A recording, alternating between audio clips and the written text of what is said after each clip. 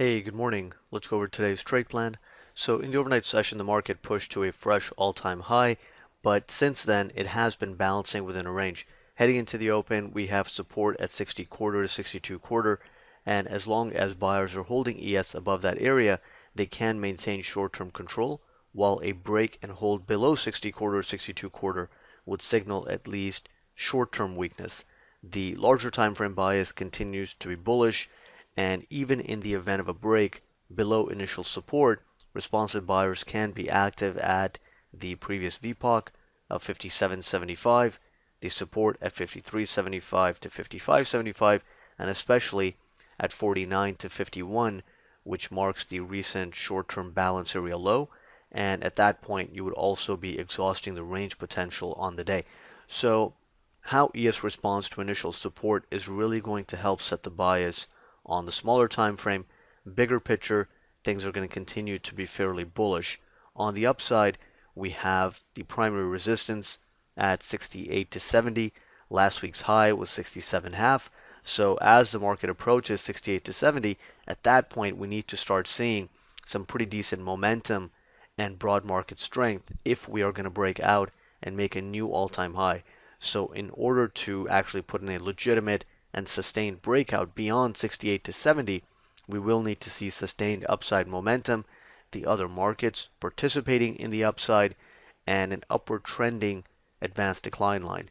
Now, one thing to note is that even though the S&P made a fresh all-time high in the overnight session, the other markets did not.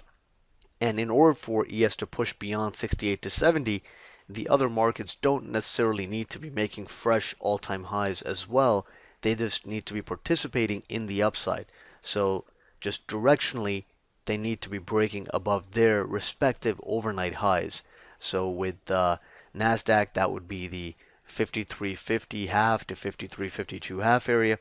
And in the Russell, that would be roughly 1397 to 1398. So as long as those markets are at least breaking their respective overnight highs, ES can still push beyond 68 to 70. 76 to 78 would be a realistic objective as long as we're seeing that broad market strength and sustained upside momentum. And if we're not seeing that, then the market can fail beyond 68 to 70. But if we are seeing participation, upside momentum, upward trending AD line, pushing some nice values, and it is a legitimate breakout beyond 68 to 70, then 76, 78 is within the range potential. But beyond that, things start getting very low odds. And again, even in order to get that breakout, we need to see a lot happening in real time.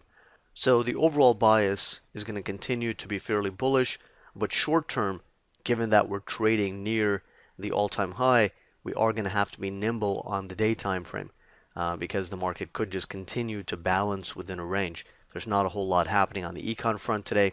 We have several econ reports out tomorrow and on Wednesday, so we could just get continued balancing within a range and not really make any big moves one way or the other.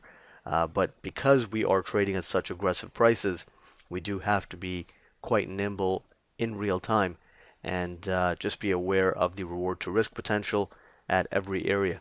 Because at initial support, for example, even though it's a good area of support, on the upside, we may not get much more than 68 to 70. So those are some things to keep in mind. So those are the main ideas heading into the open. Let's see if the buy side can hold ES above 60 quarter, 62 quarter, and we'll take it from there.